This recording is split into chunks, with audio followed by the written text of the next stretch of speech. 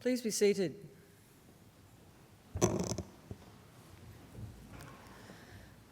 Distinguished guests, ladies and gentlemen, I'd like to invite Mr. Chris Tobin, representative of the Darug people, to offer the traditional welcome to country.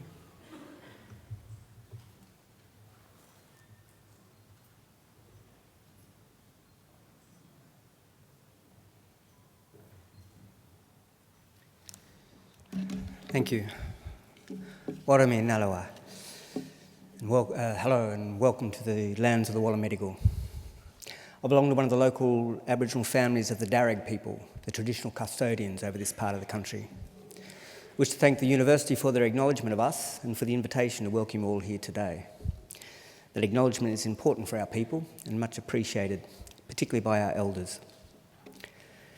My family descend from Yarramundi, a respected elder and cleverman of the Burrabrongal clan during the early years of colonisation. He saw that our survival in this new world could best be secured if we could learn more about it. So he enrolled his daughter Maria into the Native Institute, a school set up in 1815 by Governor Macquarie himself.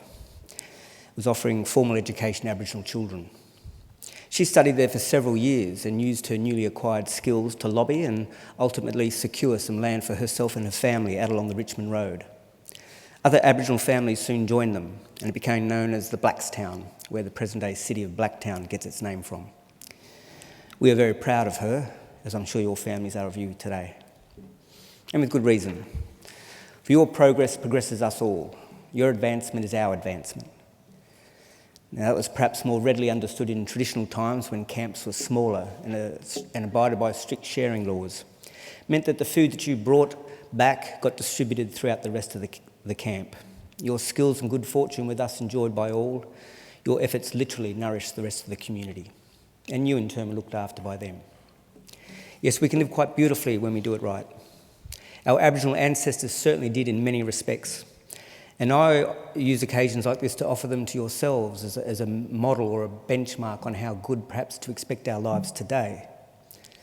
You see, when Captain Cook arrived here a little over 200 years ago, he described the people he encountered at Botany Bay as one of the happiest people he had met in the world. Right, they had nothing, he wrote, but the tools that they carried. They were naked, they made shelters from the bark of trees without cutting them down, and harvested food from the land without tilling the earth. In traditional times, everyone was accorded rights to the country or clan area where he or she was born into. So there was no homelessness, and no rich and poor either. Everyone had pretty much the same amount of gear, what you could carry. There were no armies or jails or even police. We have no history of slavery or empire building. People cooperated to collect the resources that were needed, and then they were shared out according to strict Aboriginal law. Our lands were maintained in their natural state. Rivers were clean and unpolluted, with people drinking out of them as they have done here for the past 20,000 years. Now remember, this is not an ideal, this is normal life. And I don't think there's any reason why we should expect less for ourselves and our children than what our ancestors enjoyed. Admittedly, there's a lot more of us. So we've got to get it real clever. And that's what you people are here for. So I would say expect great things from your life and do great things. I believe there's a lot of magic still in the world, and especially today. We have opportunities every day to create a world that's worthy of our children. Together we can do this. We can all do our bit. I'll do mine by getting off and letting you good people graduate now. Just want to say congratulations to all of us and all the best in our collective futures. Thank you. Welcome to country.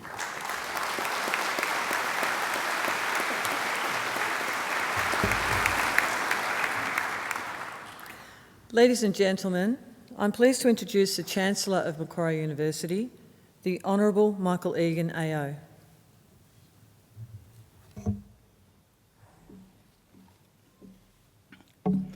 Chris Tobin, thank you for your welcome to country. Well, graduands, ladies and gentlemen, boys and girls, and I see we have quite a number of little babies with us here today too, and they're most welcome.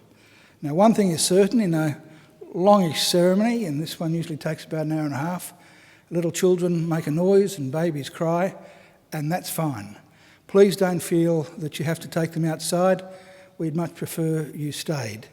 I mean, we've all heard worse than the cry of a baby.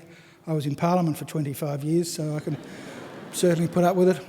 But in any event, we've discovered from long experience that when a baby cries through a graduation ceremony, they're back within 25 years to take out their first PhD. So it's a very good omen. Well, now, it's my very great privilege as Chancellor of Macquarie University to preside at today's important graduation ceremony. And first, I welcome all of our graduands, and I hope that today will be a very happy and a very memorable occasion for all of you. But you're only going to enjoy the day if you relax. Some of you do look happy and relaxed, but some of you look quite nervous. It's as though you're about to go into the exam room rather than collect your degree. So I'm assured that you've all passed your exams, so you don't have to worry about that. Just sit back and relax. Well, there's a couple of things that can go wrong. When you come up here on the stage, this thing might fall off, often does. That's fine, we pick it up and plonk it back on. Perhaps the worst thing is that you fall over, and that's happened too. Well, we've got that covered. That's why all these people are here, to pick you up when you fall over. And today we have none other than Australia's 22nd Prime Minister, the Right Honourable Malcolm Fraser, and as well as giving the occasional address, he's our chief picker-up today. So please welcome Mr Fraser.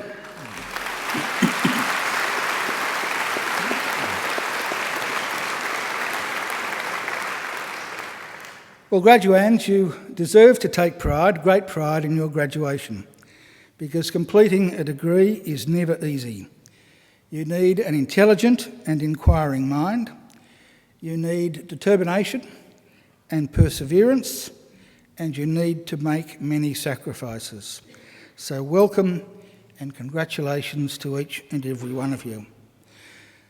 Today I also want to welcome, and especially welcome, those of you on that side and those of you sitting behind our graduands on this side, because if you think about it, you've all done very well too. The very fact that you're here, the fact that you've been invited by one of our graduands to share one of the great days of their lives is proof positive that you've been very important in their lives and in the successes that we celebrate today. So, mothers and fathers, brothers and sisters, cousins, sons and daughters, grandmothers and grandfathers, friends, husbands and wives, partners, boyfriends, girlfriends, lovers or whatever you are, congratulations and thank you for celebrating this great occasion with us. And I don't want you to think either that observing today's graduation is the end of your role. I have another very important service for you to perform for our newest graduates, as they will soon become. I want you to make sure that the degrees they receive today are never ever put in a bottom drawer, but are always proudly displayed in a position of prominence. In other words, if our graduands are too self-effacing to proclaim their own success, you make sure that you do it for them. Now, the ceremony that we're about to participate in is one of the world's oldest social rituals. For centuries, graduates have been donning robes just like the ones our graduands are wearing today and participating in ceremonies just like this one. Indeed, there are some 50 universities in the world which can trace their history back more than 500 years. Now, I hope it won't come as any surprise to you to learn that Macquarie University is not one of those 50 years. We are, in fact, just 50 years old this year. This is our 50th Jubilee year. But in those 50 years, we've come a long way. We now have graduates living in more than 140 countries. And either this week, tomorrow, or early next week, we will be graduating our 150,000th graduate. Now, Macquarie is a very modern and outward-looking university. We're regarded rightly as one of Australia's leading research universities and are continuing to extend our research as we are our course offerings and our facilities. We're always trying to engage with the world around us. We've forged very strong alliances with the community and with industry, and are keen to establish more. We have lots of recently acquired facilities. You might have seen some of them on your way here this afternoon. For example, our Macquarie University Hospital. We're the only university in the land with our own private hospital. We don't have an undergraduate medical course, we have a postgraduate medical course. And so that hospital is used both for its primary purpose of treating sick people, it's a 180-bed hospital, but it's also used by the students and the professional and academic staff in our School of Advanced Medicine. And I can tell you that it also performs its primary function superbly. The level of care is just superb. I know from first-hand experience. I spent 3 days there as a patient last year, and the care is absolutely fantastic, especially if you're the Chancellor. You may also have seen our new library, which is very popular with our students, and recently we've opened up some new, I suppose you'd call them informal learning areas in the old library, which are also proving to be very popular. We also have an advanced hearing hub, which we opened last year, and which is a world's leading institute dedicated to advances in hearing, speech and language sciences. So we're looking forward and we're on the move. We want Macquarie always to be a leader in teaching and learning and a leader in the accumulation of knowledge and understanding. In other words, an ideal community of scholars. And graduands, in just a few minutes, it will be my very great honour to confer your degrees upon you and welcome you as lifelong members of that community of scholars we proudly call Macquarie University. Thank you.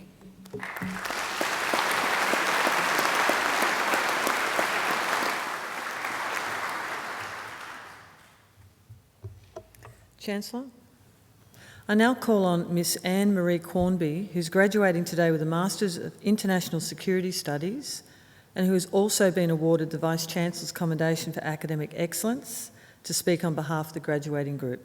Miss Cornby.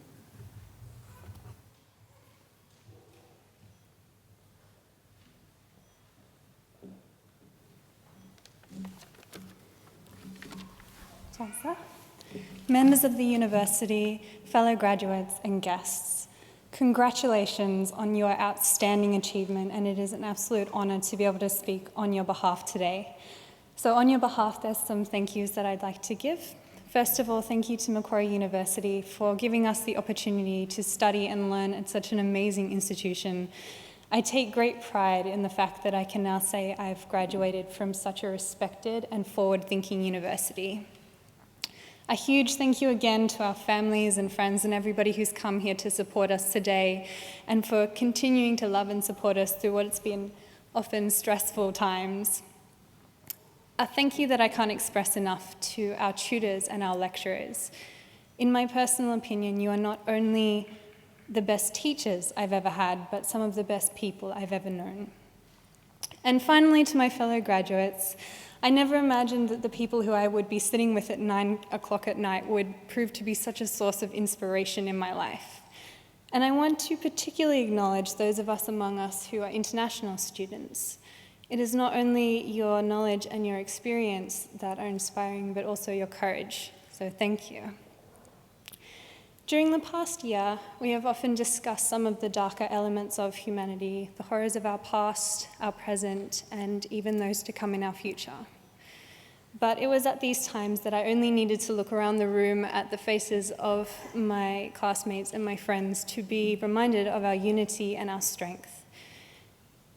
By making it to this day, all of us have been given an extraordinary gift, a gift that gives us the ability to create change, and a gift that is magnified exponentially by the bonds that we've created between us. I, like I'm sure many of you have had a lot of inspirational sayings and quotes thrown my way over the last few months, but the one that stood out to me the most was by Neil Gaiman, and he says, "Go and make mistakes. Make interesting mistakes. Make amazing mistakes, make fantastic and glorious mistakes, break all the rules and leave the world a more interesting place than it was when you got here." And he's right. Because not everything you do will be perfect. Not everything you do is going to go to plan, and not everyone around you will follow the rules. But it is often our mistakes and those unexpected events in our lives that create some of the greatest and most pivotal moments. In fact, it was a series of mistakes and unexpected events that led me to this course. I was at the start of my final year in my undergraduate degree in filmmaking, of all things, when I realized, with the strength of being hit by a truck full of bricks, that I needed to do something else.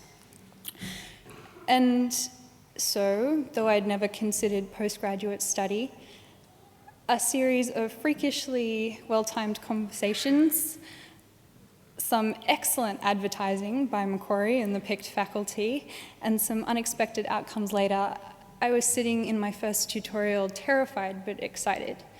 I expected a lot from my course and from this university, but what I didn't expect was to be forever changed by the people who I've met. Whether it was from listening to our lecturers take us on extremely interesting, if not entirely relevant, tangents, or learning about the cultural differences between Australia and Indonesia from my classmates, I learned the most valuable lesson of all, and that's that the most precious knowledge doesn't come from books or the internet or, God forbid, from journal articles. It comes from people. And you can plan to go to university, you can plan to go to another state or another country, but you can't plan on how the people you meet will change you. So if I can leave you with one piece of advice today, on such an amazing day, it's to go and make mistakes, because it just might be the best thing that you ever do.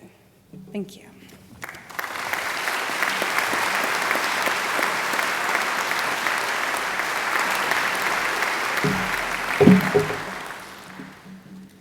Well, Anne-Marie, congratulations on a fine speech, and that really was a fine speech. And I've got no doubt that you will make a more interesting world for us all to live in. Congratulations on your master's degree in International Security Studies, and congratulations also on being awarded the Vice-Chancellor's Commendation for Academic Excellence. And can I also join with you in particularly congratulating our international students, because it really is a big thing for people to leave their family and friends and come to a strange place to study, and I really take my hat off to those who do it. It benefits us, and we should be very grateful to them, so I thank them for coming to Australia to study and for coming to Macquarie. Well, now, ladies and gentlemen, we now come to the key part of the ceremony, the reason we're here, and that is the conferring of degrees. But it's the only bit of the ceremony that makes me a little bit nervous, because I'm advised by the best legal brains in the country that if I confer a degree on someone who's not eligible to receive it, there's nothing I can do to take it back. So I have to make sure that I don't make a mistake today.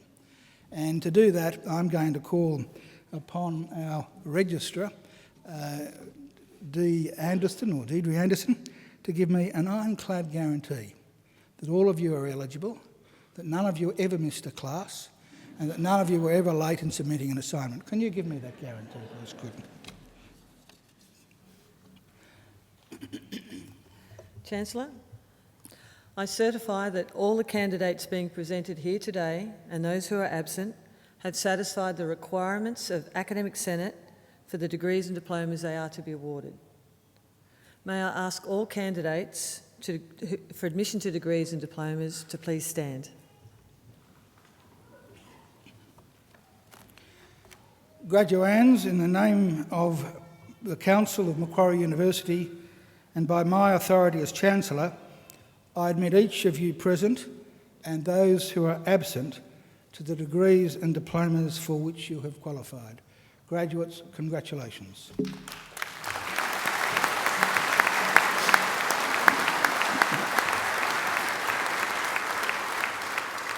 Will you please be seated? Chancellor, the graduates at this ceremony are from the Faculty of Arts.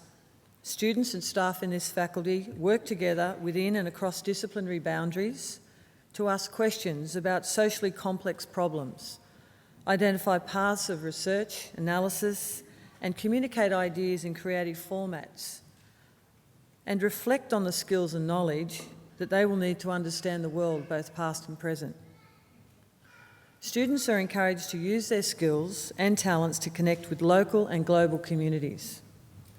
This faculty includes research and study areas in ancient history, anthropology, English, Indigenous studies, international studies, law, media, music, communication and cultural studies, modern history, politics, international relations, philosophy, sociology, and policy intelligence and counter-terrorism. Chancellor, I now call on Professor John Simons, Executive Dean of the Faculty of Arts, to present the graduates. Professor Simons.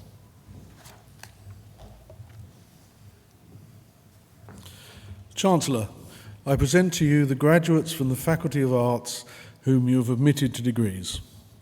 I present graduates admitted to the degree of Doctor of Philosophy. Dr. Sean Patrick Ward Durbin, who has been awarded the Vice-Chancellor's Commendation for a thesis entitled The Revelation of John Hagee, American Christian Zionism, Religion, Politics and Identity.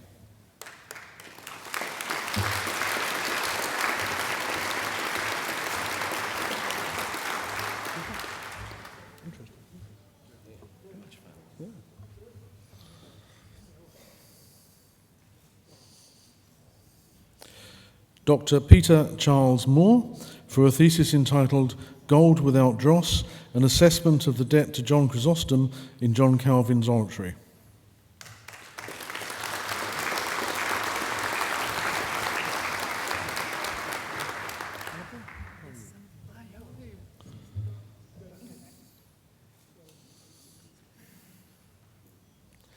Dr. Anupam Roy for a thesis entitled Labouring for Breath, Lived Experience of Chronic Breathlessness in Rural Bangladesh.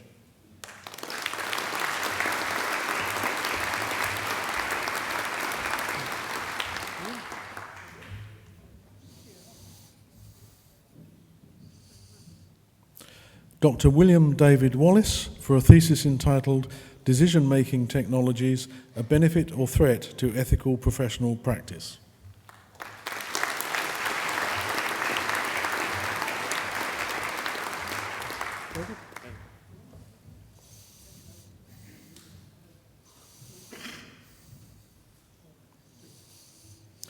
Dr. David Barton Wild for a thesis entitled Recognising Capital and the Politics of Theory.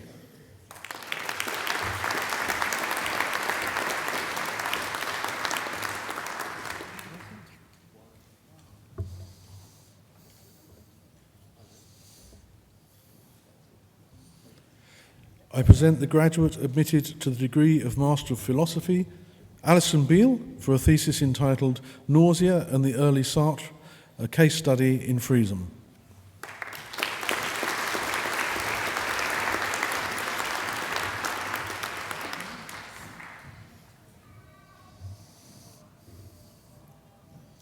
I present graduates admitted to the degree of Master of Policing, Intelligence and Counter-Terrorism with the Master of International Security Studies, Cameron Stewart Douglas Brown, who has been awarded the Vice-Chancellor's Commendation for Academic Excellence.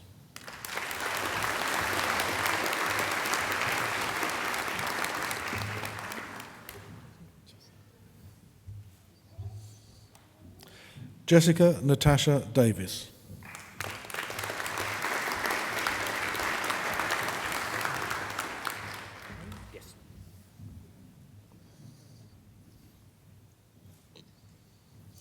Shane Dennis.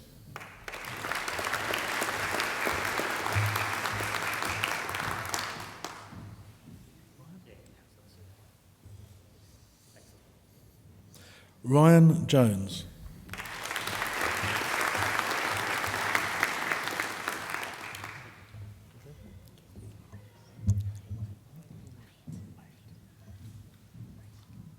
Rebecca Mayett.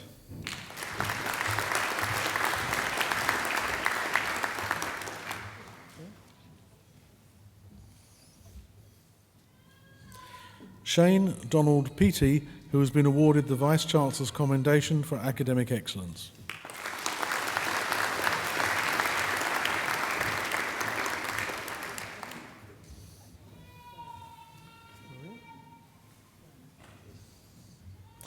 I present graduates admitted to the degree of Master of Arts, Maria Elisa Falla.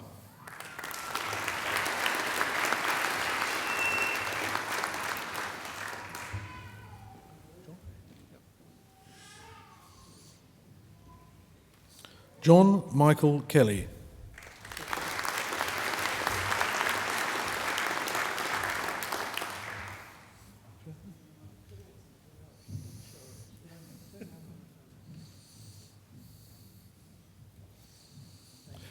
Fiona Louise Sharman.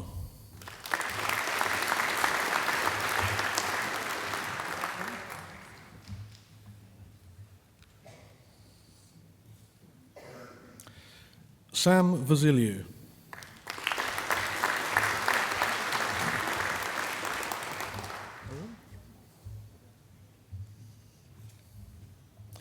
I present the graduate admitted to the degree of Master of Development Studies and Culture Change, Arun Devasia.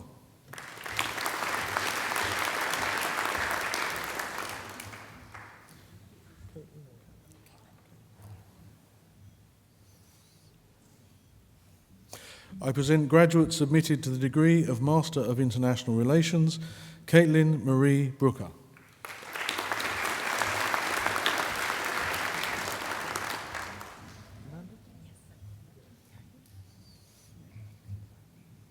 Amanda Kathleen Chittleborough.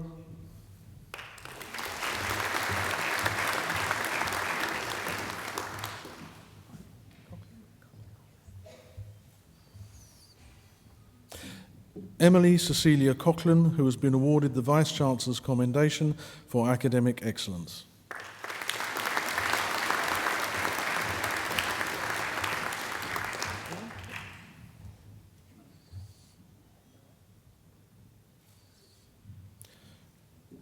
Aidan Darmenia.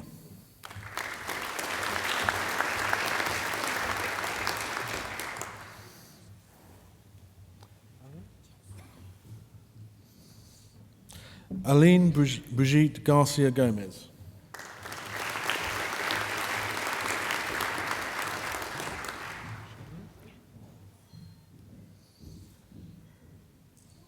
Shireen Goodrick.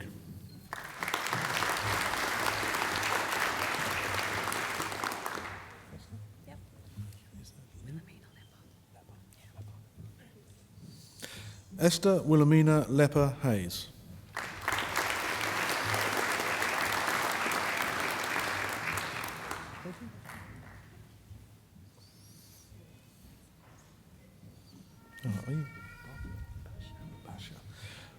Basia Kwiatowski.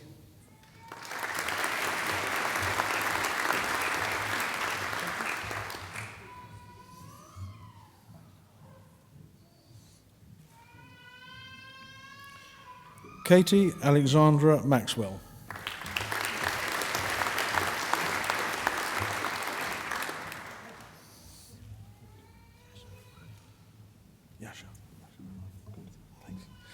Yasha Ramati.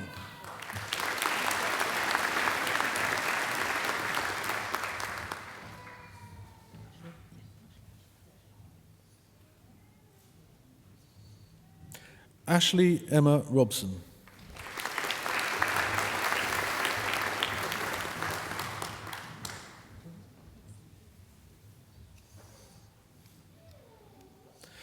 Jennifer Ross, who has been awarded the Vice-Chancellor's Commendation for Academic Excellence.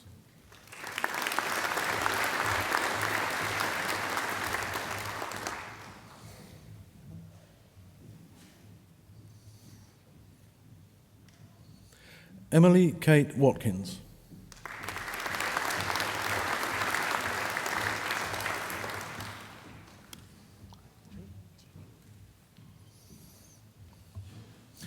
Chi V. Yeek, who has been awarded the Vice-Chancellor's Commendation for Academic Excellence.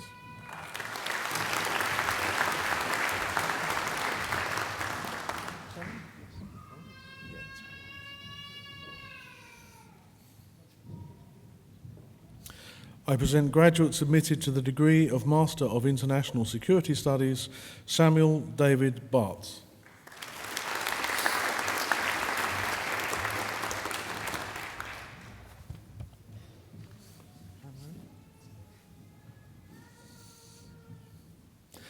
Anne-Marie Cornby, who has been awarded the Vice-Chancellor's Commendation for Academic Excellence.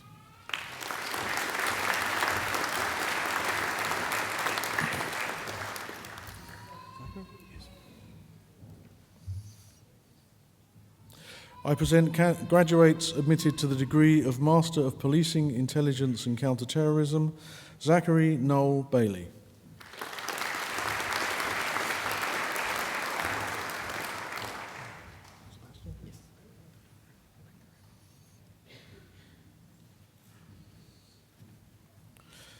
Sebastian Bartocevic.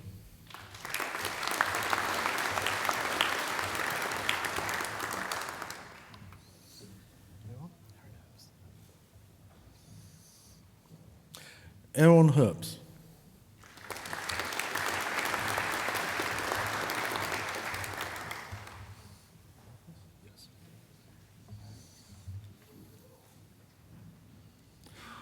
Douglas Stephen Hill.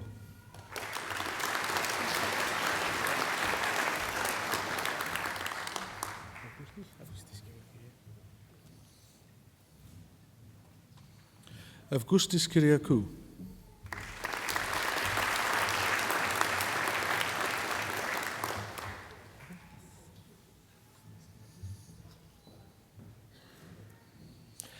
Kevin Edward Lawless.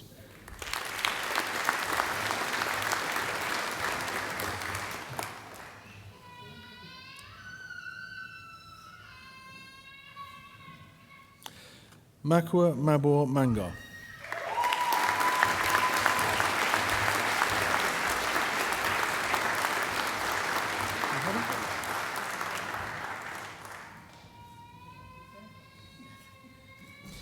Mohammed Kalfan Musaba Al-Nuaimi.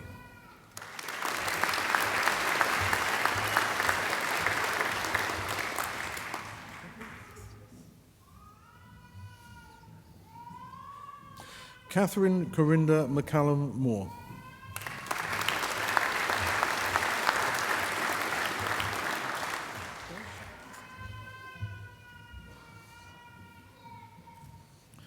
Shane Reid.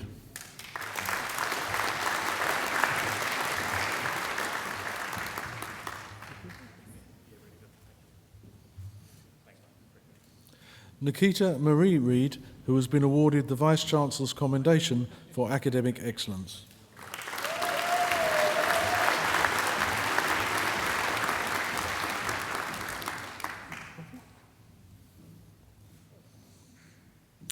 Matthew Hastings Warne.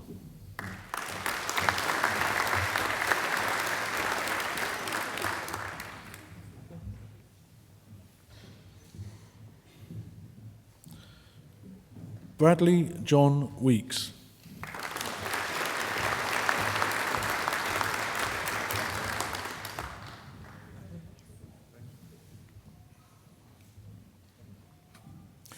Natalie Louise York.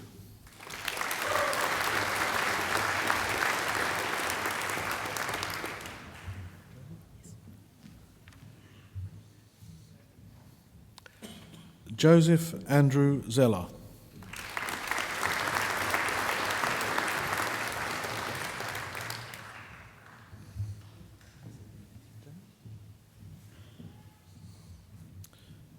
I present graduates admitted to the degree of Master of Politics and Public Policy, James Justice Bond, who has been awarded the Vice-Chancellor's Commendation for Academic Excellence.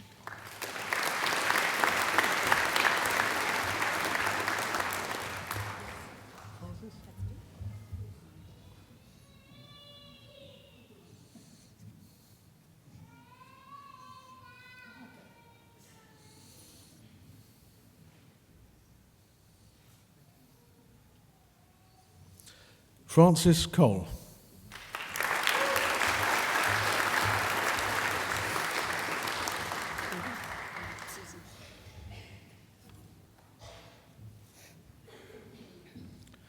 Susan Margaret Dean.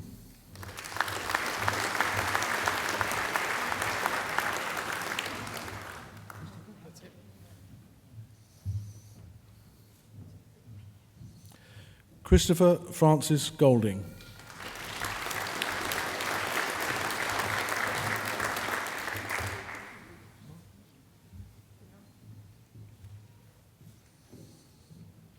Mark Shane Hamilton.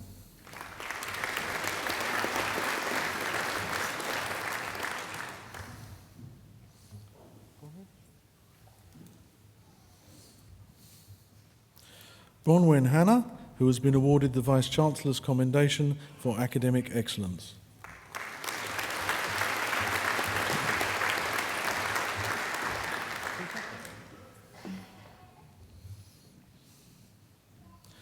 Peter Harvey.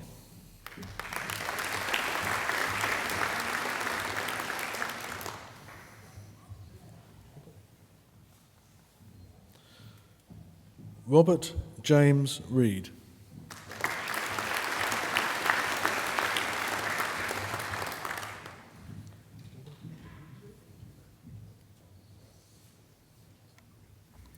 Stephen Mark Swift.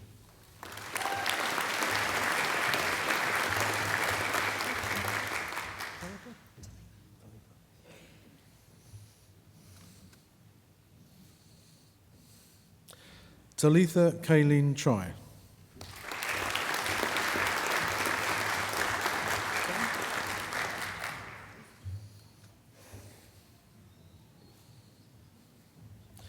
Erin Lee Turner, who has been awarded the Vice-Chancellor's Commendation for Academic Excellence.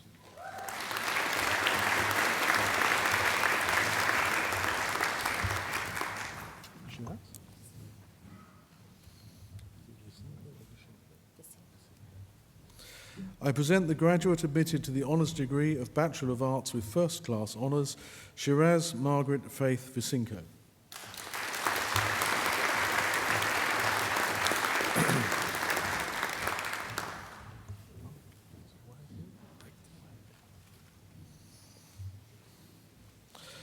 I present graduates admitted to the degree of Bachelor of Arts, Mark Wagdi Abdel Sayed.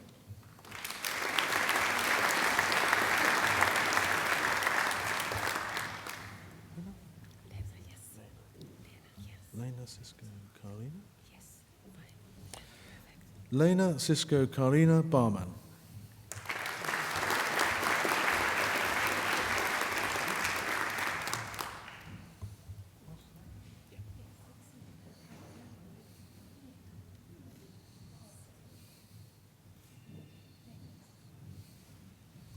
Ross Andrew Banyai.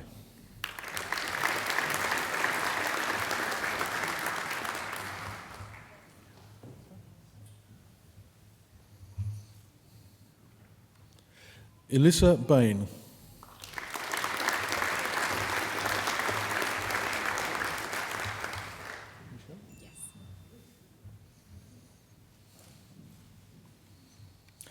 Michelle Lee Blore.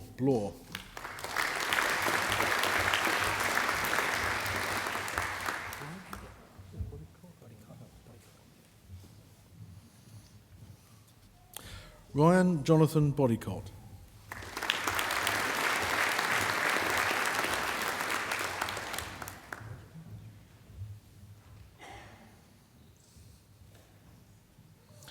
Rosemary Louise Brown.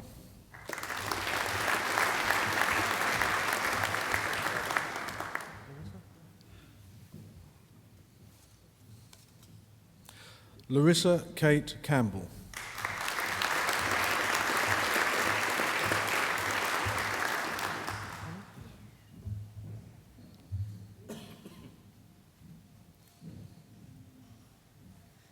Hannah Cheeseman.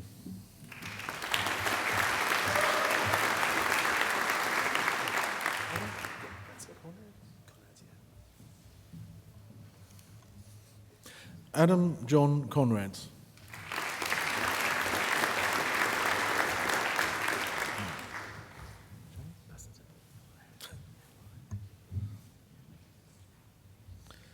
James Day.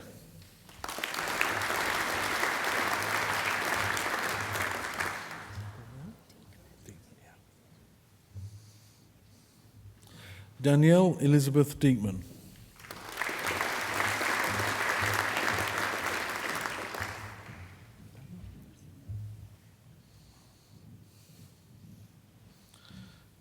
Daniel Chamberlain Dummer.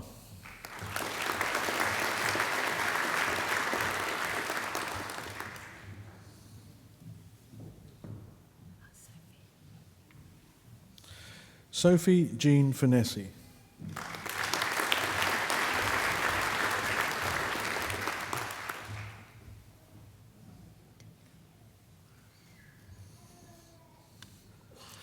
Danica Gilmore.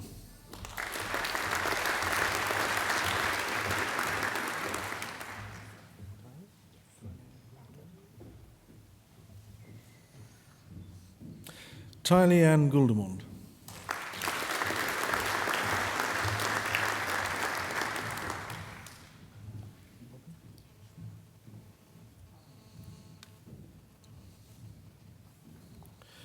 Robin Louise Harvey.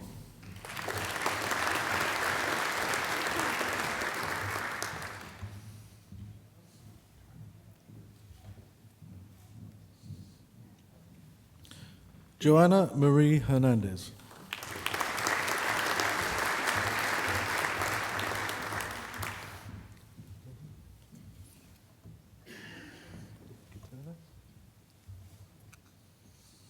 Lydia Kiternas.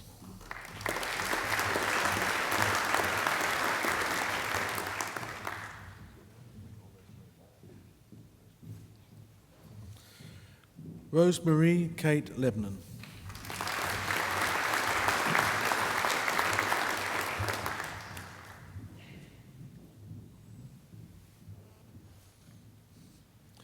David Michael Lonergan.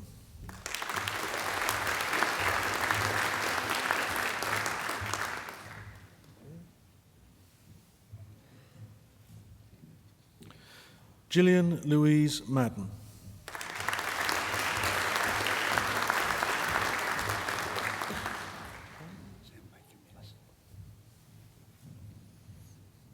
Sam Robert Macomb.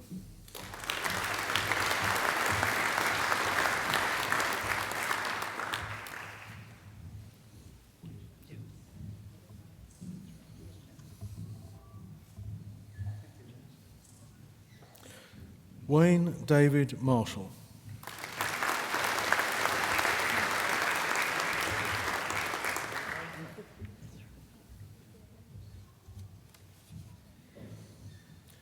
Elizabeth Masters.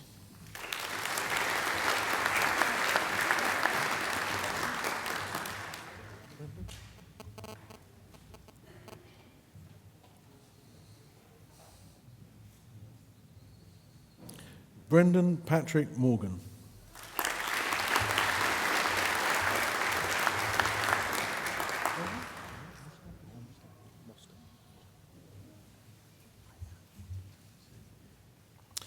Aaron Mostafa.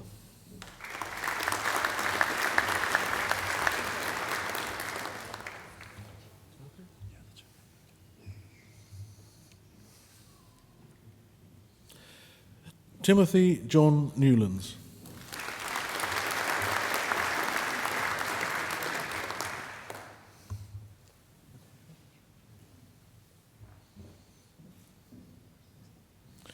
Natasha Jane Owens.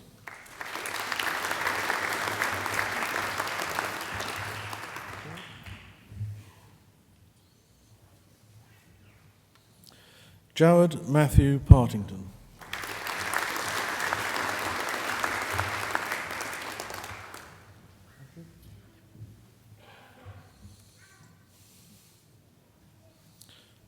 Andrew George Pegg.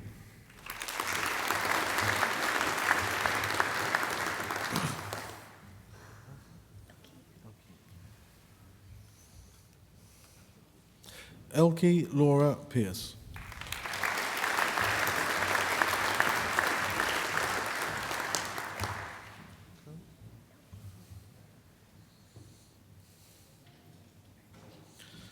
Chloe Leanne Pilkington.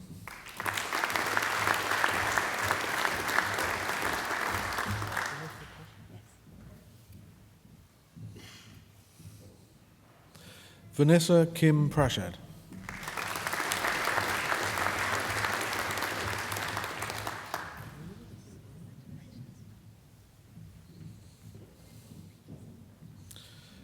Elizabeth Rainin.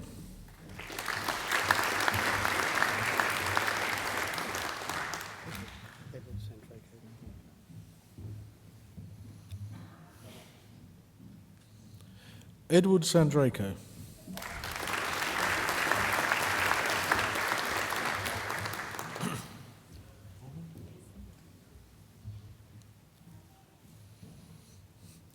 Maureen Sherry.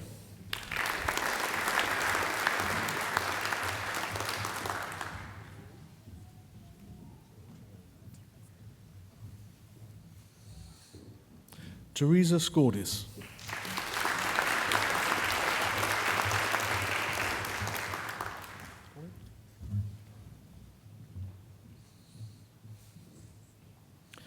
Colin Richard Staveley.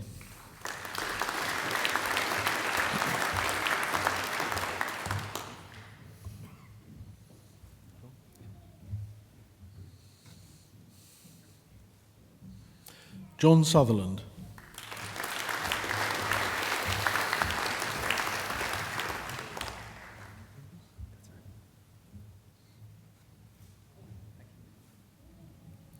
Angus Ross Taylor.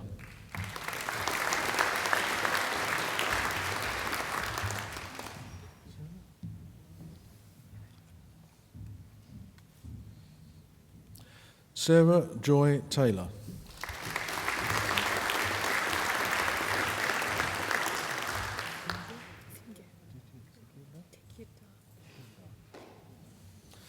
Simge Titkirda.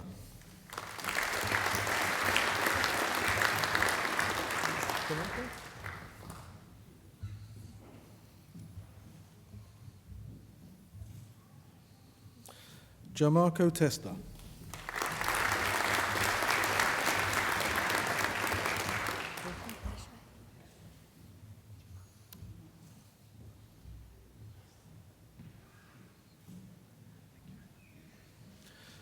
Kirsty Louise Thompson.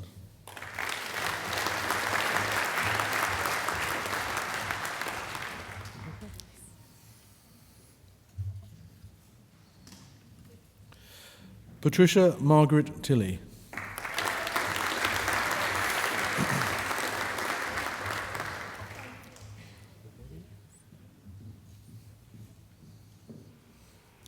Remedios Ariel Varga Taylor.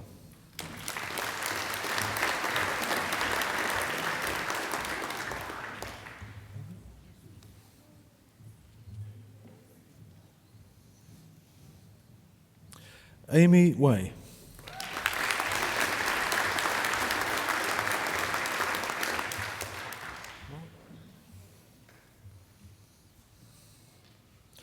Mark Edward Charles Wiggins.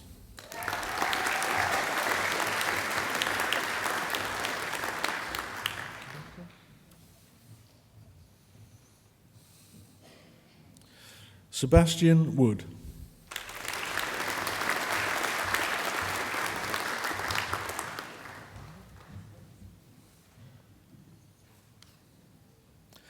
Amber Louise Wright.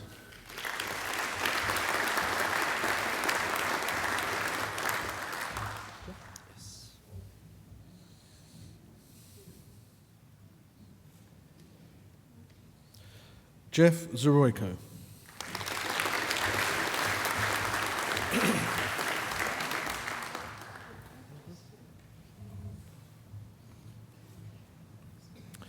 I present the graduate admitted to the degree of Bachelor of Philosophy, Elizabeth Collins.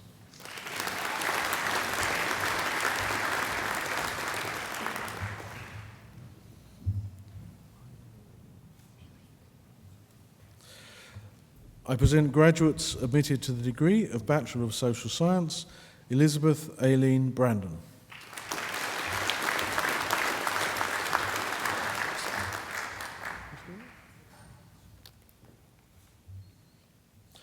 Christina Camino.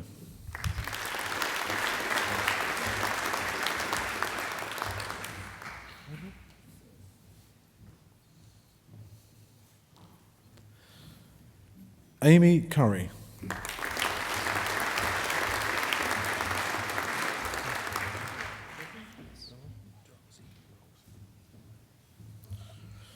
Robin DeRoxy.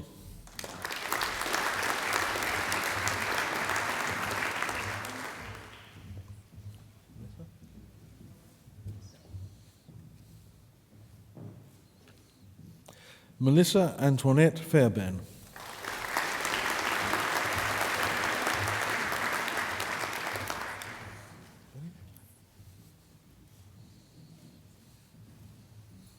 Ellie Louise Fielder Gill.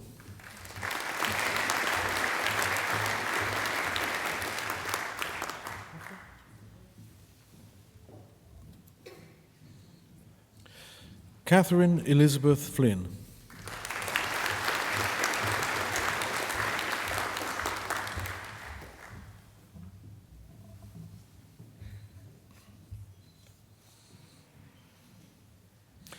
Carmen Elizabeth Guzman.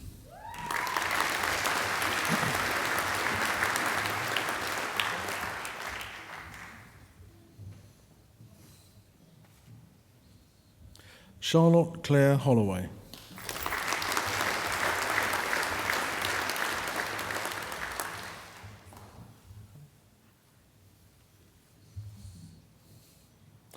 Hannah Monica Lai.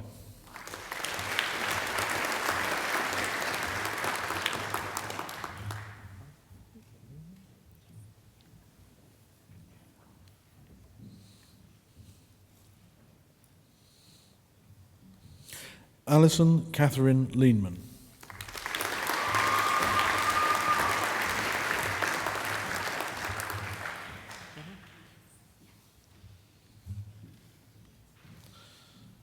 Jenna Claire Rogers Falk.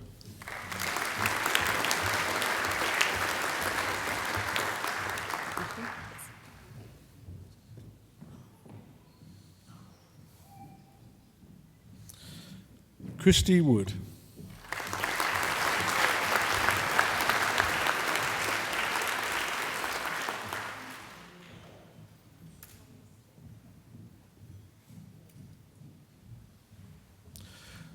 Chancellor, that completes this afternoon's presentation of the graduates from the Faculty of Arts.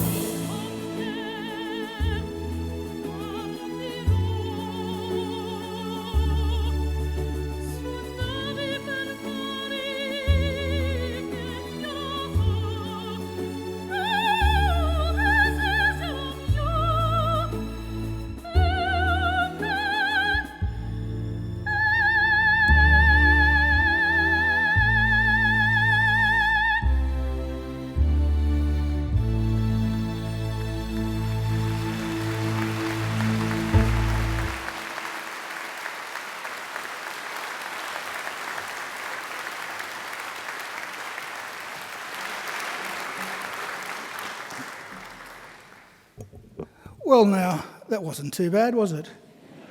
That beautiful voice, ladies and gentlemen, belongs to Angela Brewer. And you're very fortunate that Angela was able to sing today, because on the occasions that Angela can't come, I do the singing. Would you like to hear Angela sing just a little bit more? Would you like that? Okay, well, what you got? No. What you got to do is enrol in another degree. And when you come back, I promise you she'll be singing. Let's give her another great round of applause.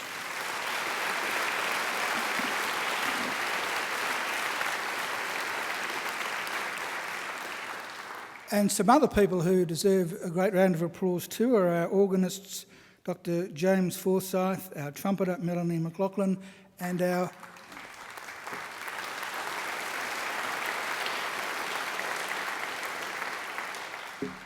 alumni volunteers who come along to make sure that everything goes smoothly.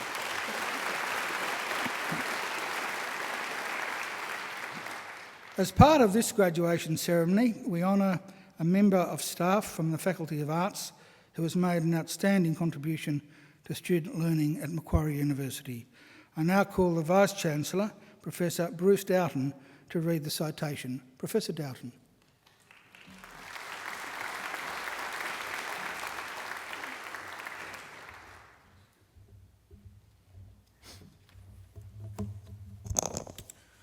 Chancellor, it gives me great pleasure to invite Associate Professor Greg Downey to come forward.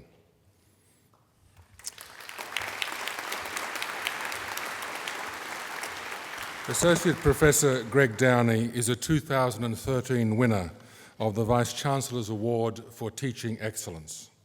Associate Professor Downey is a leader in teaching anthropology, especially in the use of new technology in teaching, in pre-professional training, and in enhancing the study abroad experience. He is the creator of Macquarie University's first massive online open course, or MOOC, Becoming Human Anthropology, on the Open University's Australia platform. His course designs have become models for the discipline, as seen in the adoption of the Bringing Learning Home, his curriculum for improving study abroad. Associate Professor Downey injects passion and personal connection into all of his classes, even his large lectures, and he strives to inspire students to grow and challenge themselves.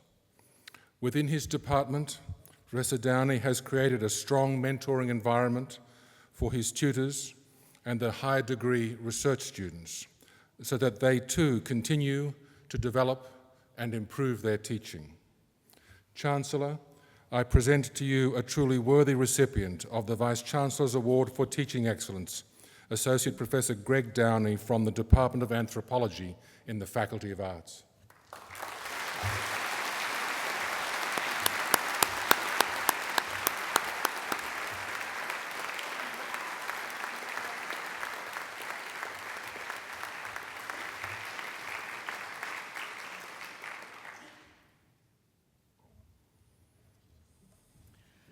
Well, graduates and ladies and gentlemen, it is our pleasure at today's ceremony to honour, in accordance with a resolution of the University Council, the Right Honourable Malcolm Fraser AC for admission to the degree of Doctor of Letters Honoris Causa of Macquarie University.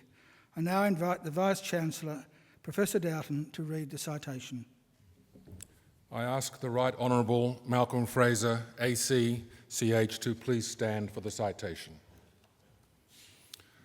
Chancellor, the Right Honourable Malcolm Fraser has led a long and distinguished career as a politician, academic, newspaper columnist and humanitarian. He served as the 22nd Prime Minister of Australia from 1975 to 1983 and has remained an active force in national and international public affairs in the years since. Mr. Fraser was born in Toorak, Victoria in 1930 and graduated from the University of Oxford with a degree in philosophy, politics and economics in 1952. He entered the Federal Parliament at the age of 25, when he won the seat of Wannon in 1955. He served on the backbenches for the next decade, before his appointment as Minister for the Army in 1966. Subsequently, he served as Minister for Education and Science and Minister for Defence before moving into opposition in 1972. He assumed the party leadership in 1975 March, and that November he was appointed caretaker Prime Minister by the Governor-General. His party won the December election with the largest landslide in the federal elections history, and Mr. Fraser remained Prime Minister until March 1983. During his tenure, he had an important influence on the changing relations of countries within the British Commonwealth and on Australia's relations with the countries of East and Southeast Asia. His life after high office remained typically busy, and his influence has not waned over the ensuing decades. In 1984 and 1985, he held fellowships at 2 US institutions, the American Enterprise Institute for Public Policy Research and the Weatherhead Center for International Affairs at Harvard University in Boston. In 1985, he returned to public service as the chairman of the United Nations panel of eminent persons on the role of transnational corporations in South Africa. And from 1985 to August 1986, he jointly chaired the Commonwealth Group of Eminent Persons against apartheid in South Africa and played a leading role in ending that regime. He also played other roles in ending apartheid, including lobbying the US Congress to impose sanctions on South Africa. From 1989 to 1990, he chaired the United Nations Secretary-General's expert group on African commodity issues. In 1987, Malcolm Fraser formed CARE Australia as a part of the International CARE Network of humanitarian aid organisations. He was chairman from 1987 until 2002 and president of CARE International from 1990 to 1995. He has negotiated the release of care workers imprisoned during the Yugoslav Civil War and acted as an international observer at elections in Pakistan.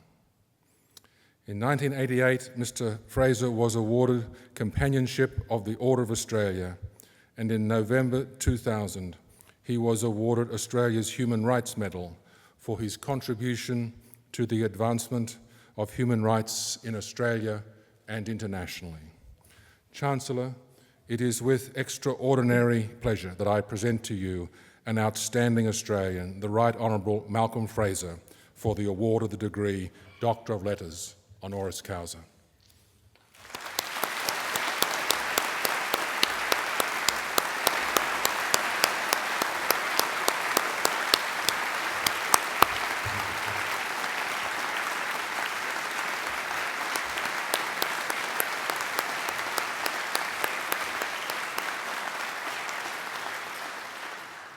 Malcolm Fraser, in the name of the Council of Macquarie University and by my authority as Chancellor, I admit you to the degree of Doctor of Letters honoris causa. Congratulations, Dr. Fraser.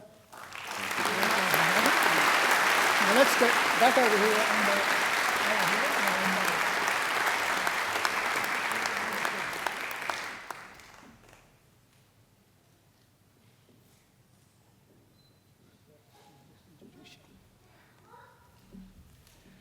Ladies and gentlemen and graduates, it's now my honour to ask Dr. Malcolm Fraser to present the occasional address. Please welcome Dr. Fraser.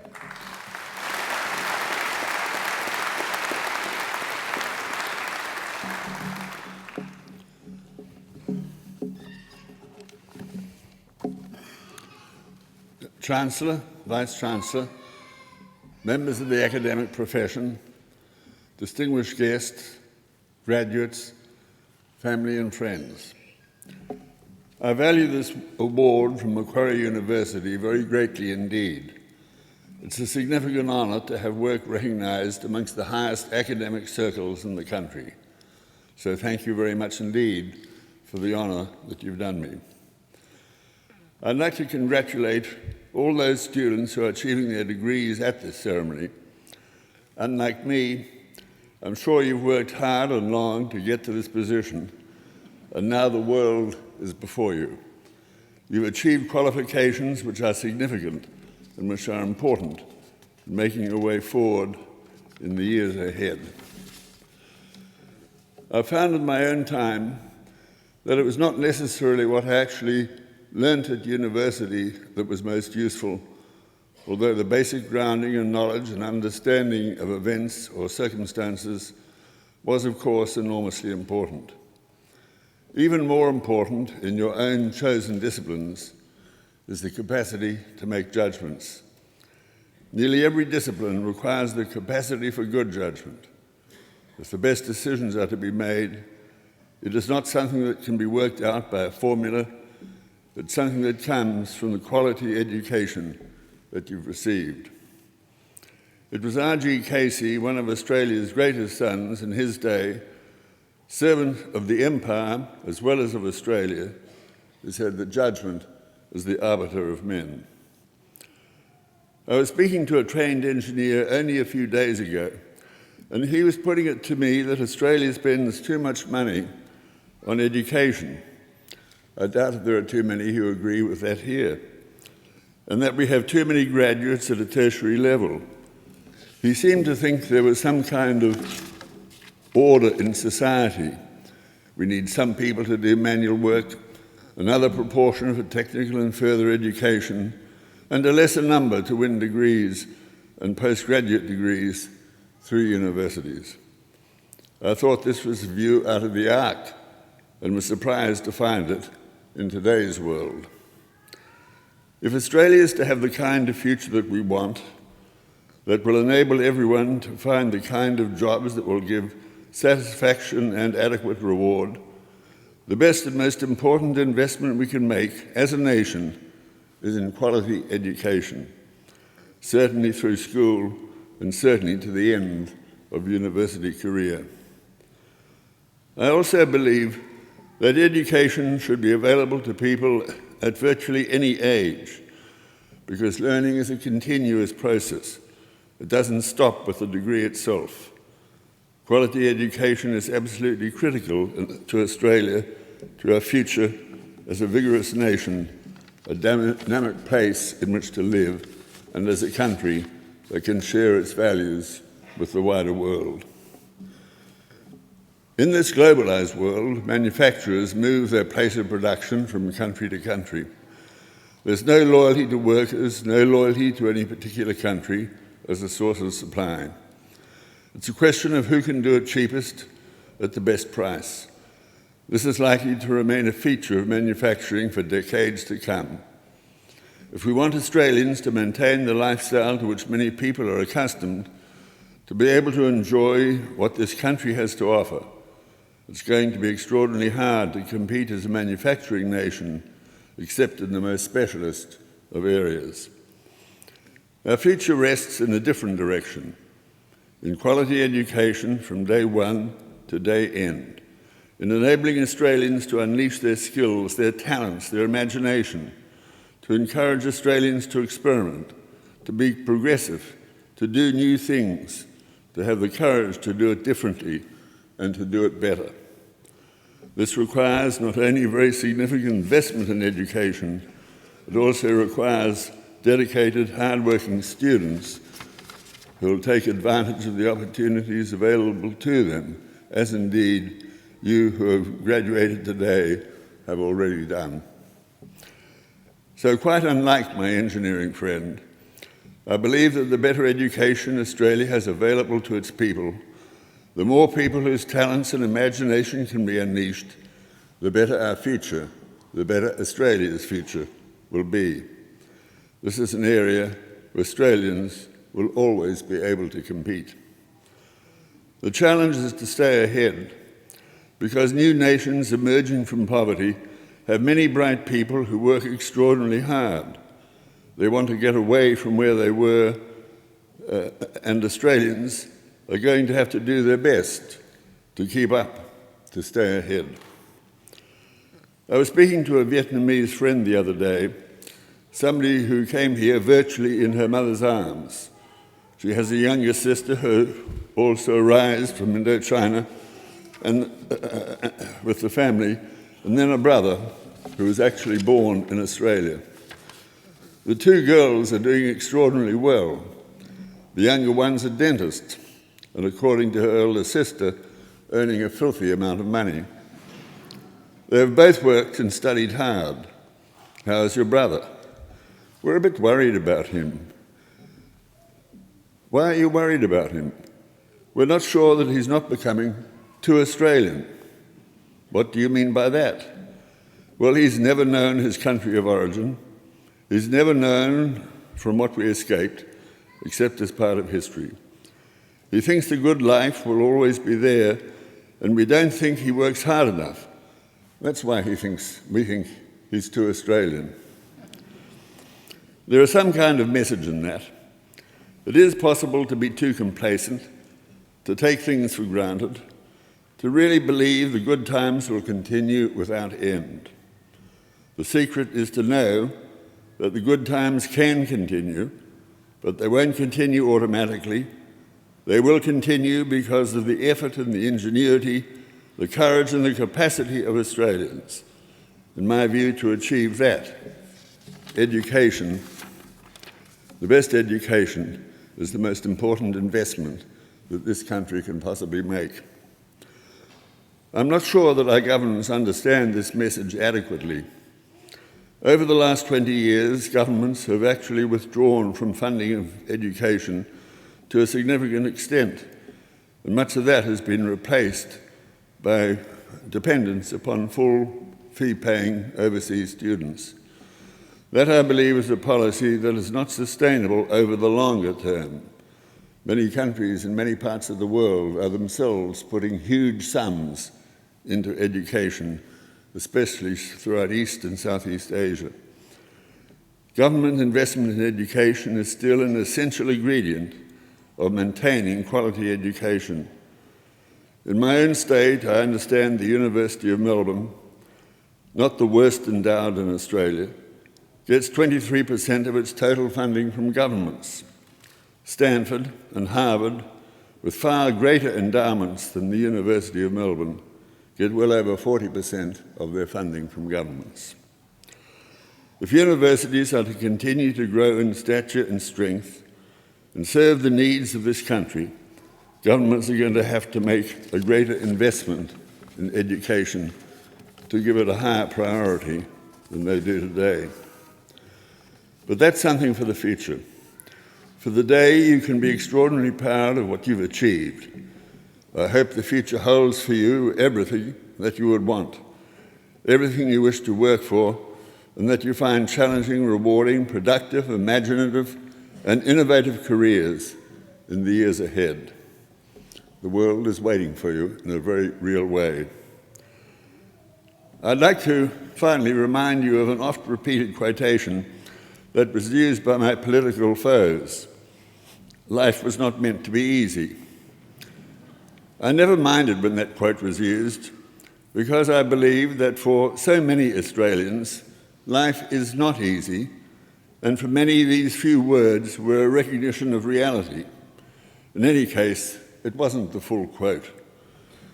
It came from the old man in Bernard Shaw's play Back to Methuselah.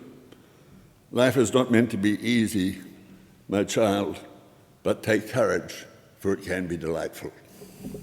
Thank you.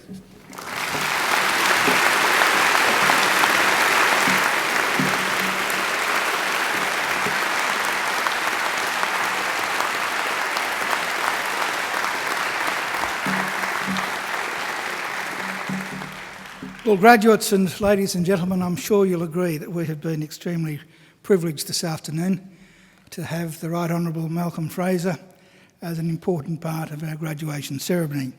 It's a long time since I graduated from university. I graduated from Sydney University, and I have got to say I remember very little about my graduation ceremony.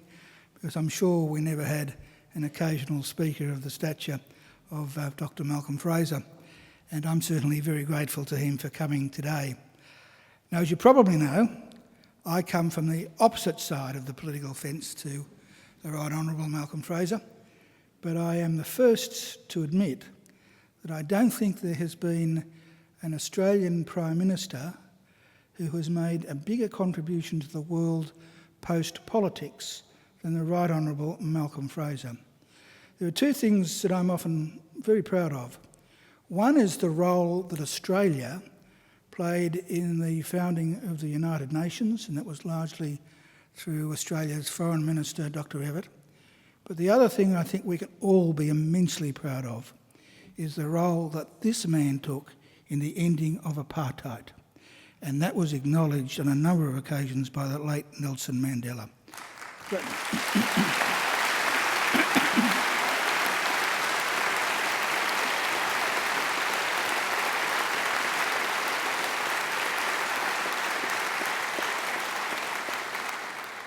Well, graduates, this ceremony marks the end of one stage in your relationship with Macquarie, but it's certainly not the end of your association with Macquarie. From today on, for the rest of your lives, you're part of the bigger Macquarie family, which is our alumni, and part of the network of 150,000 Macquarie alumni, which now spans the globe. We'll keep in touch with you through our alumni program, which is focused on lifelong learning, lifelong support and lifelong connections. Our commitment to you is to help you keep in touch and engaged with Macquarie throughout your life. And please do make sure to come back to Macquarie, either to undertake more study or attend alumni events, perhaps use our aquatic or fitness facilities, or even, if you like, come back with some friends just to enjoy a picnic down by the lake. Now, graduates, the award of a university degree carries many opportunities and privileges. But like all privileges, it also carries responsibilities. Believe it or not, you, each and every one of you, can change the world. And you don't have to be a Nobel Prize winner to do it either. Because almost everything you do, in your homes, in your workplaces, and in your communities matters and can make a huge difference.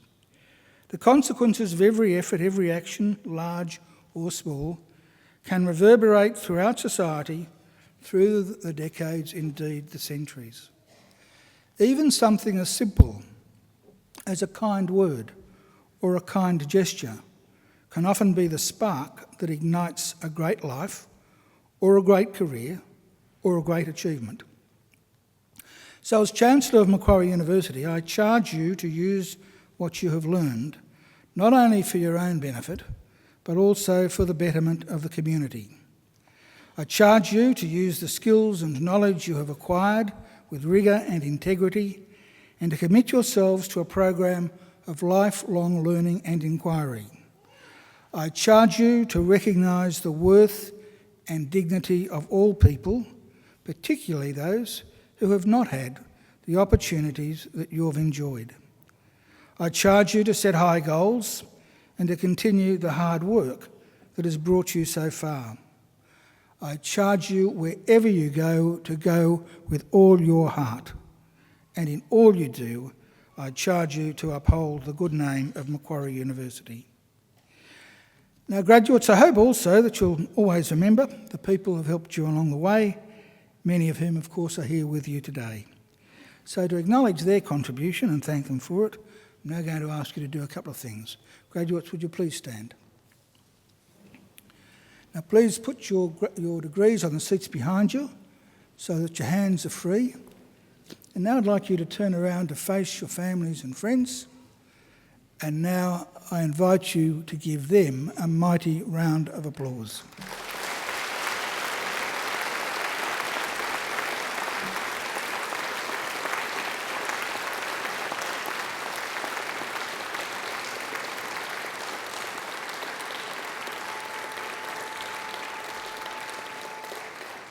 Now pick up your degrees so you don't forget them, and you can turn around, but don't sit down because we'll be moving out in just a moment. I'm sure before we leave, you'd also like to thank the representatives of our academic community who are on stage and who, of course, have helped you through your journey here at Macquarie. So please join me in thanking them.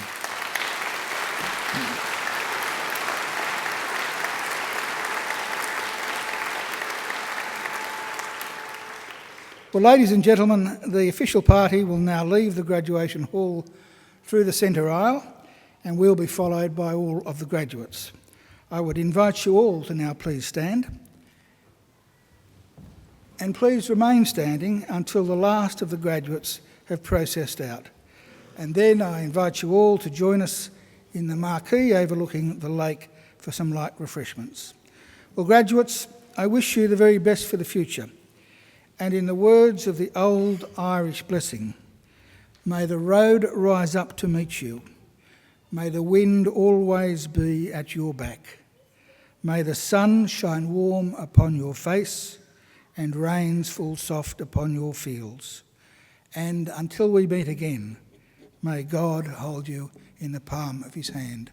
Graduates, good luck.